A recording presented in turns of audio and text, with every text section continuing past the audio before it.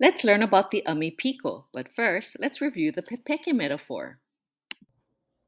A pepeke is a sentence pattern. In Hawaiian language classes, the pepeke is likened to an octopus with three main parts: the po'o, the piko, and the ave. The po'o is the head of the pepeke, the piko its center, and the ave its tentacles. ʻAmi are joints. We use ʻAmi in our pepeke metaphor to join the different parts of the octopus together.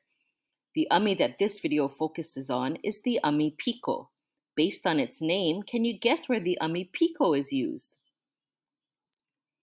The ʻAmi Piko is used in the Piko. The ʻAmi Piko is the word o. O has no English translation. O is used in the Piko position of sentences when the Piko is a name or the pronoun he, she, it. Let's practice using the ʻAmi Piko. Here is a slide from my pepeke henua video. The man is in his garden.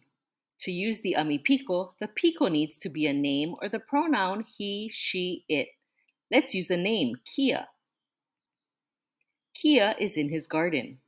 Now we can use the pepeke henua pattern to translate this sentence. Keeping our octopus metaphor in mind, remember that the po'o begins every sentence. For pepeke henua, the po'o is the word aia. Aia does not have an English translation. However, whenever you see aia, it is a clue that the sentence will tell you the location of someone or something. The Piko is the subject, Kia. And because Kia is a name, we will also insert the ʻAmi Piko before this name. O Kia is the Piko. And we finish the translation with in his garden. I konamala or ma konamala. Kia is in his garden. Aia o Kia I konamala or aia o Kia ma konamala. If we change the Piko to he, the sentence becomes he is in his garden. Aia oia I konamala.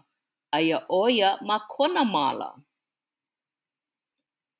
To recap, the ʻAmi Piko is the word o and is used in the Piko position of sentences before names and the pronoun he, she, it.